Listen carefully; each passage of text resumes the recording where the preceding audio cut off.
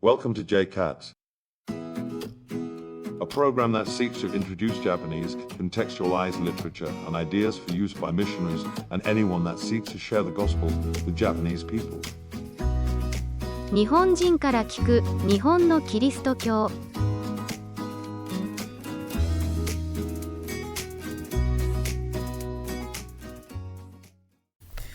Hey, welcome to JCATS. I'm here with an old friend of mine, Kai Akagi, who is these days he's a professor at a number of universities in seminaries here in Japan. We met for me right at the end of college and for Kai right at the beginning. Both of us going to Japan for short-term trips, and now we're 20 years-ish later. We're back in Japan, and so Kai got his. In the meantime, Kai got his eventually his PhD at St. Andrews. Yes. In New Testament, and he teaches at Rikkyo Daigaku, which now I'm doing it wrong. I'm doing one college in Japanese, and I'm going to say Japan Bible Seminary, which is the English name, and Sophia, which is the Latin name, but that's the English name, right? Yes, so Sophia University in English, or Joji Daigaku in Japanese.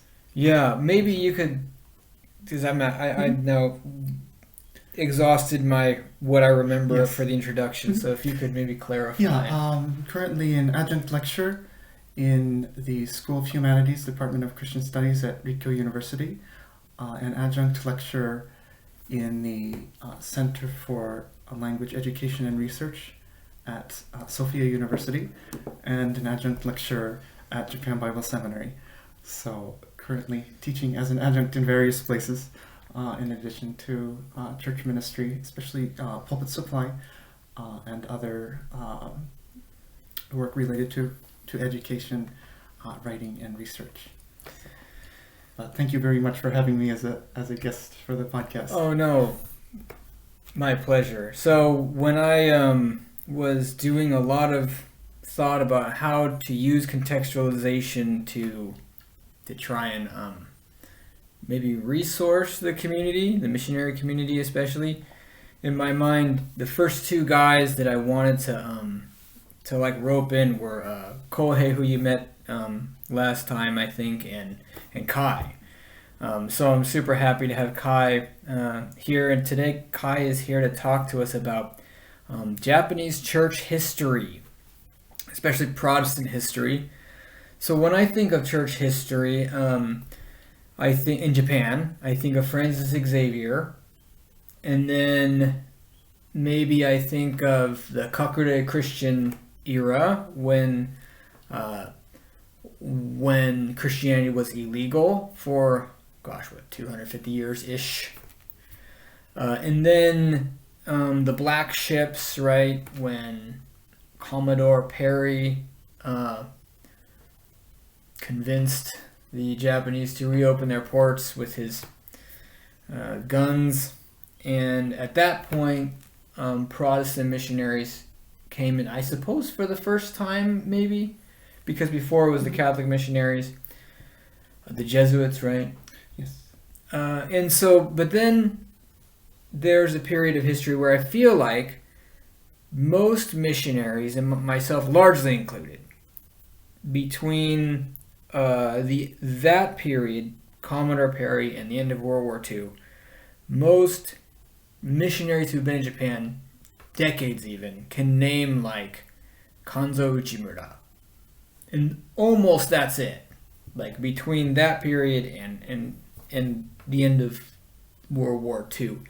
So Kai here teaches a class at Sophia, Japanese Christian history, Japanese Protestant history? Japanese Christian history. So, starting from the Sengoku period with Xavier, and then into the post-war era. So just really a broad survey. Wow.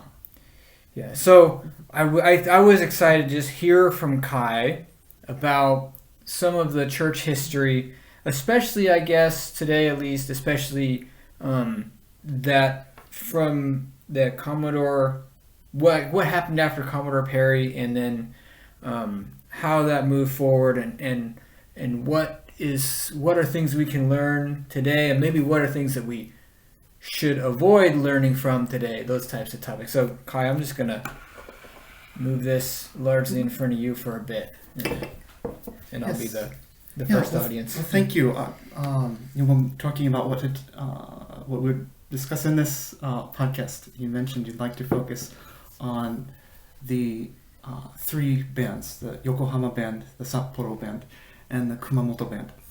So maybe talk a little bit about the context in which they started and what those bands are, and part of the significance for learning about them, including for those who are thinking about what the church in Japan is like and what it means to be doing church or ministry work in Japan. So you've already mentioned a few things that are very significant for the context of that, and I'd like to start with that context, including with Perry. But first, what are these three bands that I mentioned?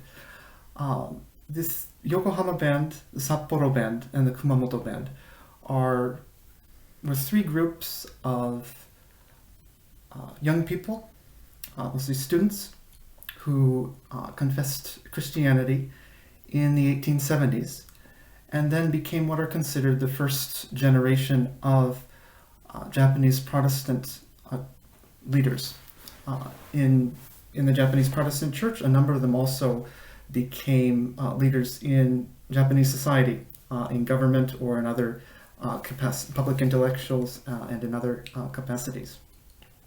So you've already mentioned, the black ships. End of the Edo period, 1853, Commodore Perry comes to Kanagawa with the black ships and gunboat diplomacy, and says, I'll come back next year and you can give me your answer then. Already during this period, there were movements within Japan to change government, to open up to more trade and to modernize.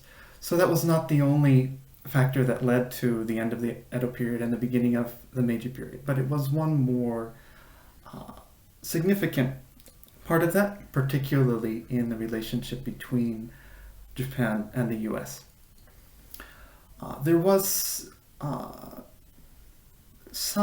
few Protestants who had been in Japan prior to that, often not considered in much. For example, William Adams, who had come at the beginning of the Edo period, just or in that transition time between the Sengoku period and the Edo period. But he came to Japan not as a missionary, but as an explorer, coming from the UK. As actually his discussions with Tokugawa Ieyasu about European politics at the time that contributed to the anti-Christian edict, first against Catholics specifically. Can I ask you a question? Is that Shogun, the novels, based on the Anjin-san? Yes. That yes. was? So William Adams' Japanese name is Anjin, and the Shogun novel and series is loosely based on his life. So, but that's the Sengoku period. Today we're talking about the Meiji period, and it's in the context at the end of the Edo period.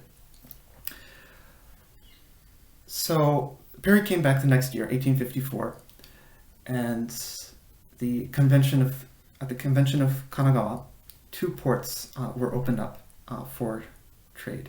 And Japan had continuing trade with the Dutch, and Rangaku, Dutch learning, was part of education for some in Japan throughout the Edo period, out of Dejima, artificial island in Nagasaki. But with the convention of Kanagawa, Shimoda in Shizuoka, and also Hakodate at the southern tip of Hokkaido, were opened up for trade.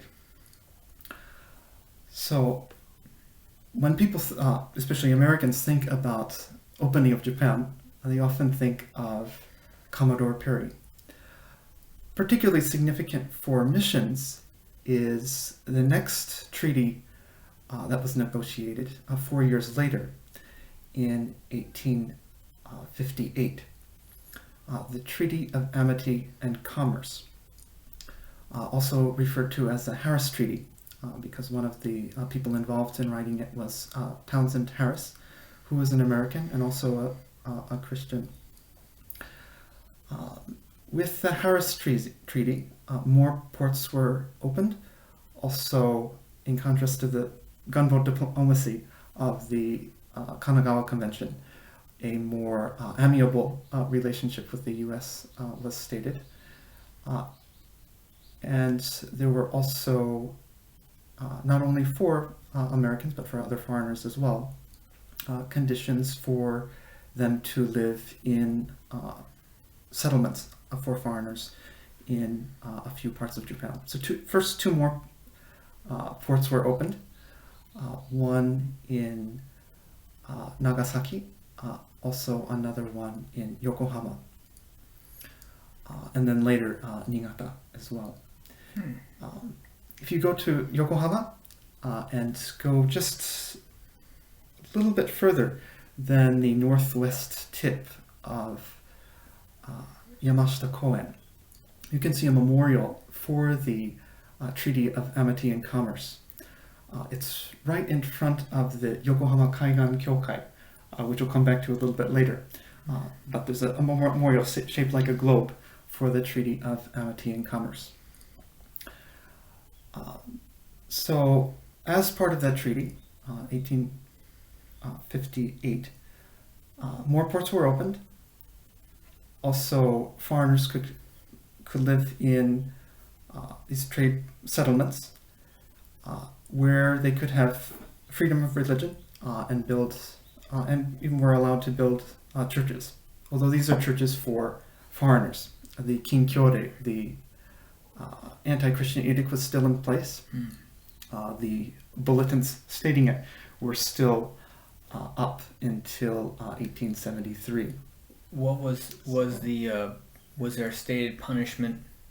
Was it just death? Were you just going to get crucified or something if you were a Christian as a Japanese in those days? It was not. It's not explicitly stated, but it was and how it was applied varied. Even as we'll talk about after those were taken down, the status of Christianity was somewhat ambiguous until the statement of freedom of religion in the Meiji Constitution.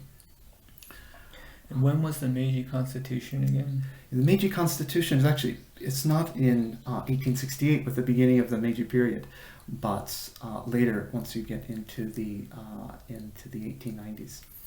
So okay, yeah, I'm so fuzzy with that whole portion of history, really, and in Japan especially. I'm gonna turn the heater on. Okay. It's freezing here. So this is the context for Protestant missionaries to first come into Japan, which started to happen in 1859. But from the perspective of Japan, there's this movement at the end of the period to open Japan, to modernize, and to continue to seek knowledge throughout the world for the strengthening of Japan. That becomes explicitly stated in the Charter Oath in 1868 with the beginning of the Meiji period. But even before then, there starts to be an interest in foreigners coming to Japan not only for trade, but also as educators. The circumstances for the Yokohama band are a little bit different from those from the Sapporo band and the Kumamoto band. Let's start by talking a little bit about the Yokohama band. Yeah, so okay, I just try and mentally review here because I figure probably I know about as much as the average listener, so if I'm caught up, then maybe everybody will be caught up. So you have the gunboat diplomacy, and that's when Perry said, "Open up, or we shoot," basically, right? Or, I'm here, come trade with us, I have gunboats behind me. All right, yeah. but so you have gunboat diplomacy, and then you have the Treaty of Amity and Friendship. What was it? Amity and commerce. Amity and Commerce. Yeah, I'm thinking like My Little Pony with friendship, but no. Actually, there are two different names for it. Another one does use the word friendship. So. Oh my gosh, I've got a 4-year-old daughter, so sometimes that stuff. Anyway, so then you have the Amity and Commerce, which was written by or helped to be written by a Christian American. Yeah, Townsend Harris. Townsend Harris, who I think I visited his museum in Shimoda one time. And my memory is that there was a big mural of a cow because it was the first time they had cow milk, produced for humans in Japan. Another completely irrelevant fact. So we have the gunboats, then we have the Amity and Friendship, and then you start to have these 3 bands so then maybe step 3 was you have foreign Christians and foreign churches for foreigners in Japan, and then you have Christian maybe teachers of people brought in as specialists for other things, but they themselves are Christians, and that's how we start to have the first Japanese Protestant communities in Japan. Is that, and that's while it's still illegal for Japanese people to be Christians? So, roughly that's the flow as we go into the details. The Sapporo band and the Kumamoto band were started after the bulletins with the anti-Christian edict were taken down. So the Yokohama band is considered to have started in 1872, which is still 1 year before the bulletins stating that anti-Christian edict were taken down. As I mentioned, with the Treaty of Amity and Commerce in 1858, missionaries started to come to Japan in 1859. At first, 3 Protestant couples, all from America, 1 Episcopalian couple that went to Nagasaki, 1 Reformed couple, and 1 Presbyterian couple that both went to Yokohama. Yokohama was one of the ports that was opened through the Treaty of Amity and Commerce, and they could live in a settlement for foreign residents there. Actually, if you go to Yokohama, you can still see a memorial of the temple. They originally rented a Buddhist temple that was not being used and lived in it. You can still see a memorial for that today. One of his missionaries was James Curtis Hepburn, and his wife was Clara Hepburn.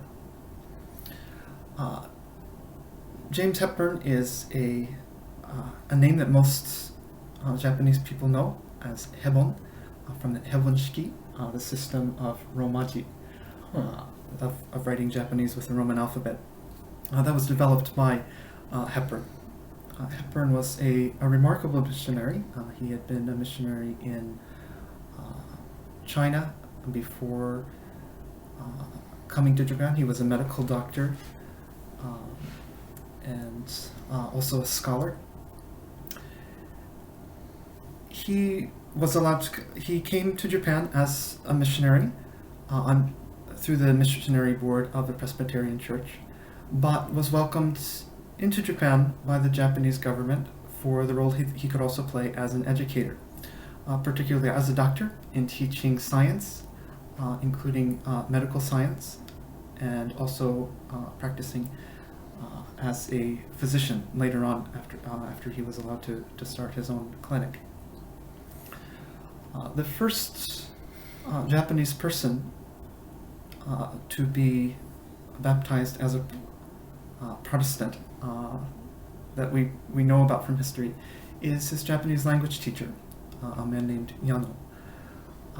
This is still while the anti-Christian edict was in place, but the Hepburns and also the other missionaries working with them in Yokohama were studying Japanese language, and were also James was involved in teaching relating to his work as a doctor.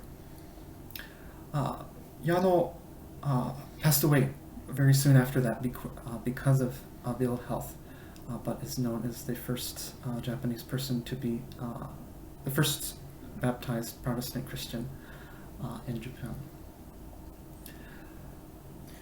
With the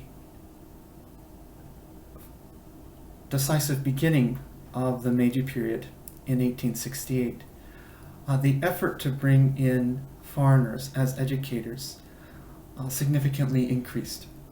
I mentioned at the beginning the Charter Oath in 1868, which was a statement of, here's what we're going to do in the new era of Japan.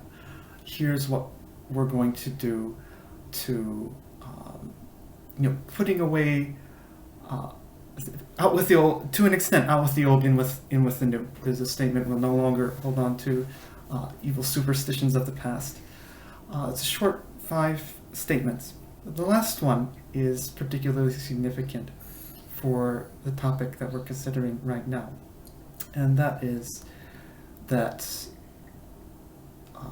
Japan will seek knowledge throughout the world for the strengthening of the imperial rule of Japan. So, for the purpose of modernizing and for the purpose as a statement of what Japan would do in the new era, seek knowledge throughout the world. This was particularly looking toward Western countries, including the US, Britain, Germany. Japan had already had contact and learning from the Dutch for throughout the Edo period. But because of this, many more people came into Japan as educators. And for those missionaries like the Hepburns who were already in Japan, they were now the people to go study under if you wanted to be part of helping Japan to move ahead in this new area. Wait, is that for foreigners or for natives of Japan? The Charter Oath? No, Or so you just mentioned that if you wanted to, for Japanese people. you would go study with the Hepburns. Yes. Okay. Whether the Hepburns or other foreigners who were brought into Japan as educators. Okay, so you would want to go Yeah. to them to get your Yes. studies. Right. Now, many of the people who were able to do this were those who had a relatively elite status, even in the Edo period, so tended to be people of former samurai families. Many of them had lost their former status after the class system was removed with the end of the Edo period. Samurai had been the top of the 4 classes of samurai, farmers, craftsmen, and merchants, and they no longer had that. Was that with the Meiji, that constitution? Is that what did away with the caste system as well? The Meiji Constitution was not in place yet, Oh. but this is just in beginning the Meiji period, and there was a removal of the class system and a change of government. So taking away rule from the Tokugawa shogunate and giving power to the emperor and the new government Gotcha. during the Meiji period. Okay. So, along with Hepburn, there were other missionaries who were also working with him. Simons is another missionary who was also a medical doctor and was also, like Hepburn, involved in teaching medicine. Also, Balach and Brown are 2 other well-known missionaries.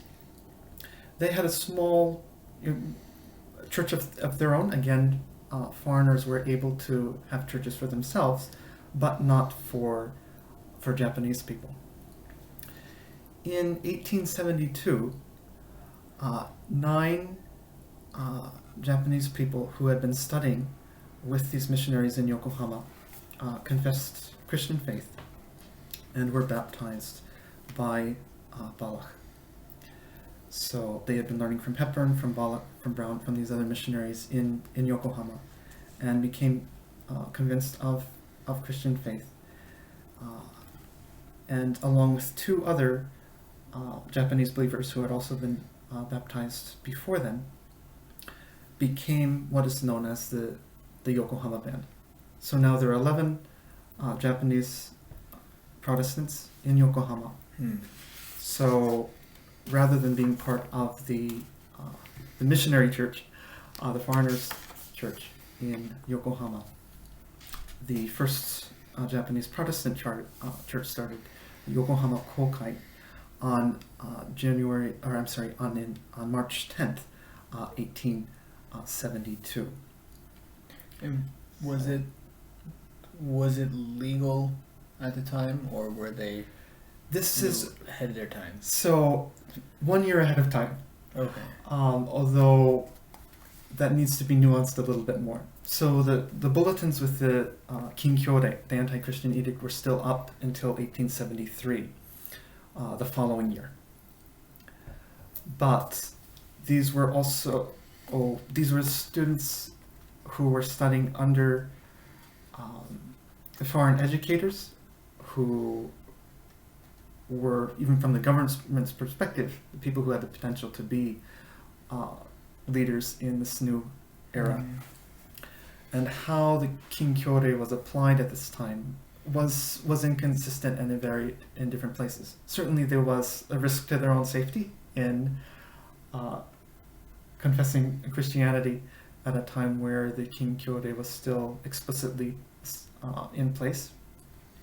After 1873, until the Meiji Constitution in 1890, that's a 17-year period, Christianity had something of an ambiguous status, neither forbidden nor permitted explicitly. Although there was also one of a period of significant growth in Christianity between 1873 and 1890. Was there much persecution, or was it more on the, like, practically, was it becoming more permitted, even though maybe, or did it maybe vary based on who you were? I think partly, in this case, it wasn't certainly social opposition, but how even in that time between 1873 and 1890, where Christianity has something of an ambiguous legal status, it depends on the location. Okay. So in Yokohama, they were relatively free. In other places, that was not necessarily the case. Okay. But there was not the explicit prohibition of Christianity after 1873. In Yokohama, you had, it sounds like you had the most visible and well-liked Western presence. It seems like, is that true? Or is it just where we're starting our conversation? And that's it's partly where we're starting our conversation, but it's also the first of these three bands. There started to be other foreigners coming into Japan, particularly Nagasaki. Hepburn is particularly significant because of the respect that he gained among Japanese, although that was continued for decades after this. Is still relatively early in his time in Japan. Okay. But for his work, especially as a medical doctor, and for his many contributions to Japanese society in the decades that follow. This is still relatively early, though. So Hepburn is most likely better known by Japanese non-Christians than perhaps by Western missionaries to Japan today. Yes. If you talk to any Japanese person and refer to Hebonshiki, they'll be familiar with Hebonshiki. They may not be familiar with him as a missionary, but most Japanese people will know the name Hepburn in the form of Hebon. That's interesting. Yeah, because I mean, off the top of my head, I wouldn't recognize the name, and I feel like I'm trying to educate myself on this stuff. But so a few important things to note about the characteristics of the Yokohama band is that they started as a church, learning the Bible from missionaries who were educators, yes, but not only educators who were missionaries, particularly in the old Princeton Presbyterian tradition. That was the tradition from which Hepburn was from.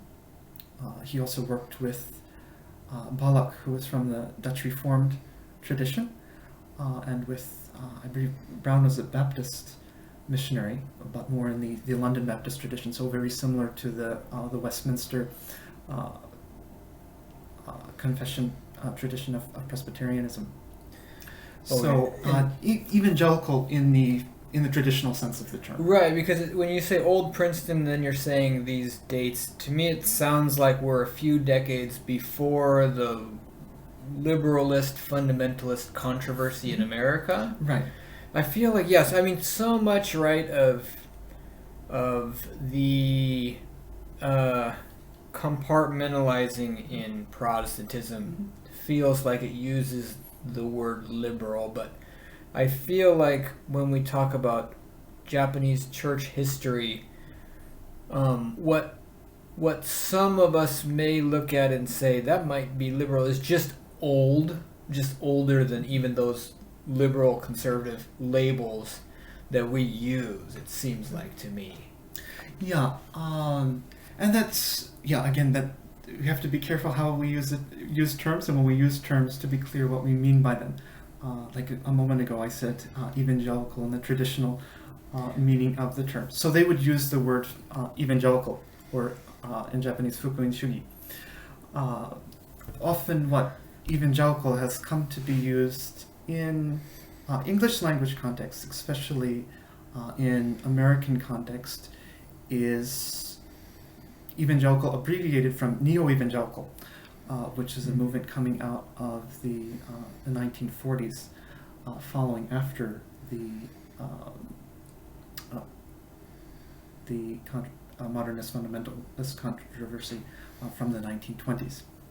And the neo-evangelicalism, or what's often just referred to as evangelicalism in many American contexts, although not without connections to the old evangelical tradition, had certain associations with sociopolitical context in the U.S.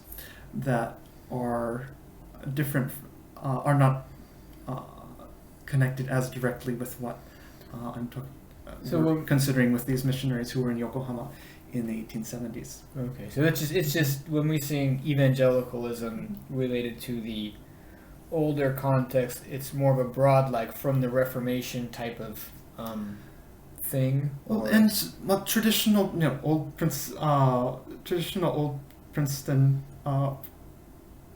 tradition of Presbyterianism, including its views on Scripture, traditional views on the Trinity, which will become significant when we talk about some of the other influences that were encountered by the Kumamoto band. Calvinists, soteriology, a lifestyle influenced by conservative, even pure conservatism coming out of American Puritanism. So a part of the other culture of this Presbyterian background of the Yokohama band was one of attention to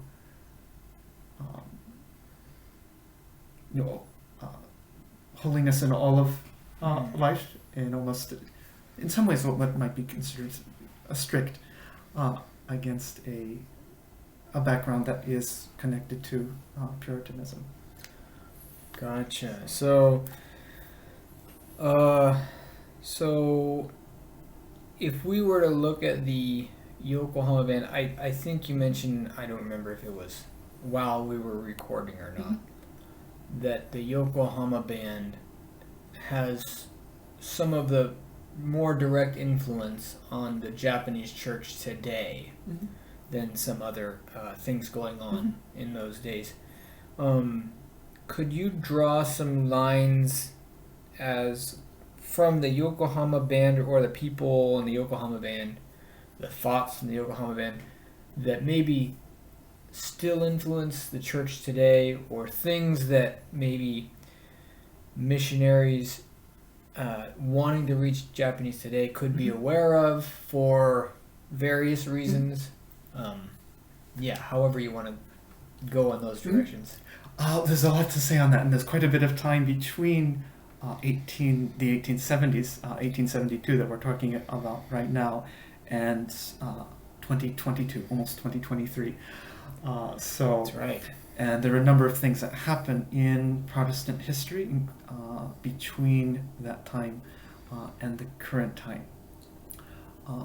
You will see within a significant part of the traditional churches in Japan, not so much later, but other denominations that come into Japan later, but within churches that are part of groups that have their roots in the Meiji period, that there are parts of church culture which still are shaped by that old Princeton tradition, even the shape of the worship service.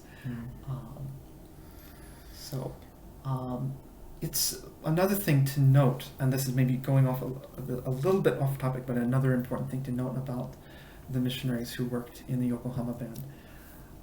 There was a deliberate effort not to import foreign denominationalism into Japan. I was just, because when you said Princeton, so now I'm thinking maybe Presbyterianism. But it seems to me like, when you think like Kyodan, I know there are some denominationalism stuff going on, but you really don't seem to hear about denominationalism in Japanese church history, except maybe what new missionaries bring with them. So I'm interested in how you're saying that. Other denominations came into later, and especially increased in the post-war period with the increase of missionaries coming to Japan after during the post-war period. At this time, among the missionaries working in Yokohama specifically, even though they came from slightly different denominational backgrounds themselves, Hepburn's coming from being Presbyterian, Balak being from the Dutch Reformed Church, again, also a Baptist missionary working with them. They were all from a Calvinist and, in the traditional sense of the term, evangelical tradition. So even though they deliberately didn't import their own denominations, and deliberately made an effort for this new Japanese church that had started not to be part of a foreign denomination, it had a certain flavor because of the backgrounds of the missionaries from whom these Protestant Japanese Christians had learned from, and the missionaries who continued to support this church after it had started. Interesting. There. And this becomes a factor when we talk about differences among the bands.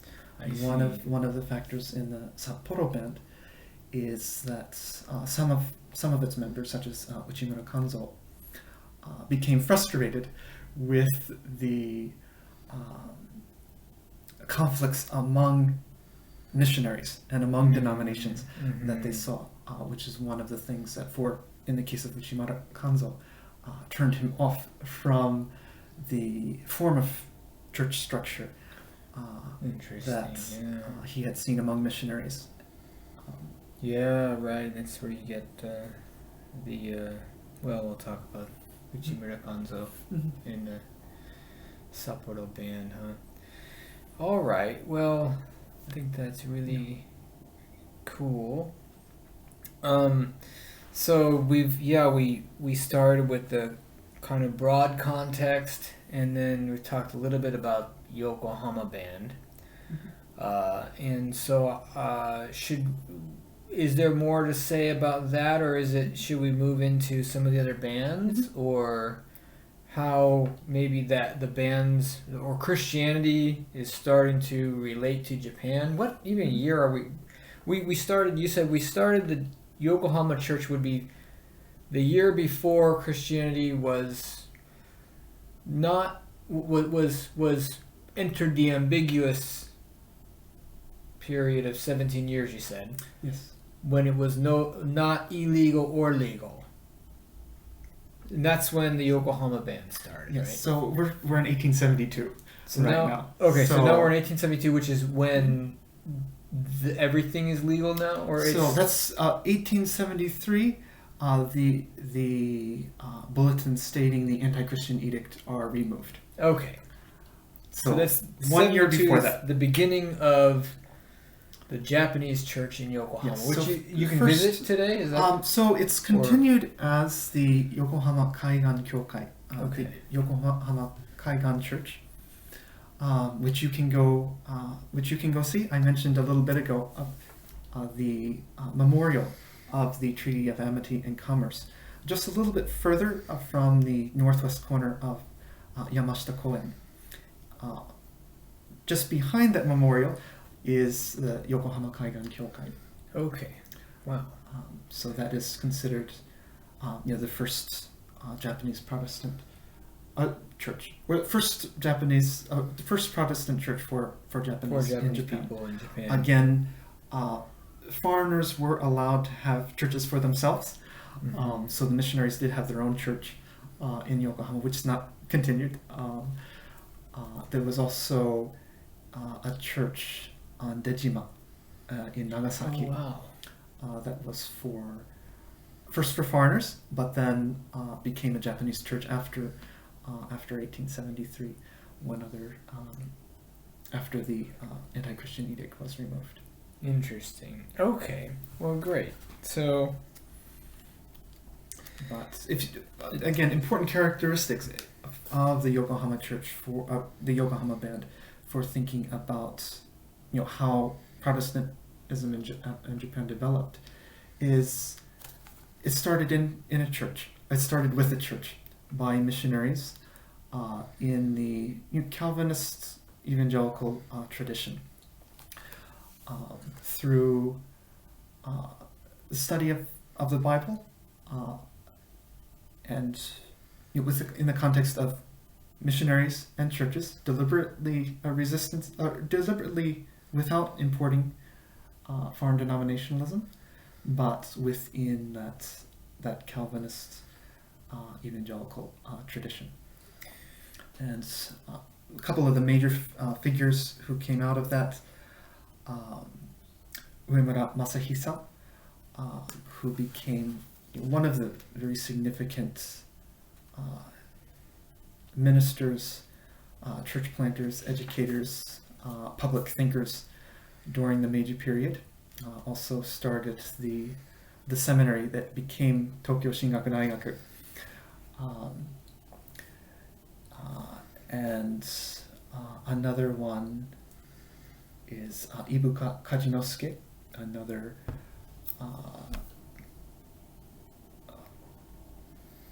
major figure among Protestantism during the Meiji period as a pastor. that sounds like that's a great introduction to the Yokohama band. Maybe we'll, for time's sake, we'll finish with that, and then next time we'll talk about the other bands and maybe some more of the questions on how those things can relate to us today. So thanks a lot, Kai, for sharing some of your knowledge on this, and see you next time. Yes, thank you very much.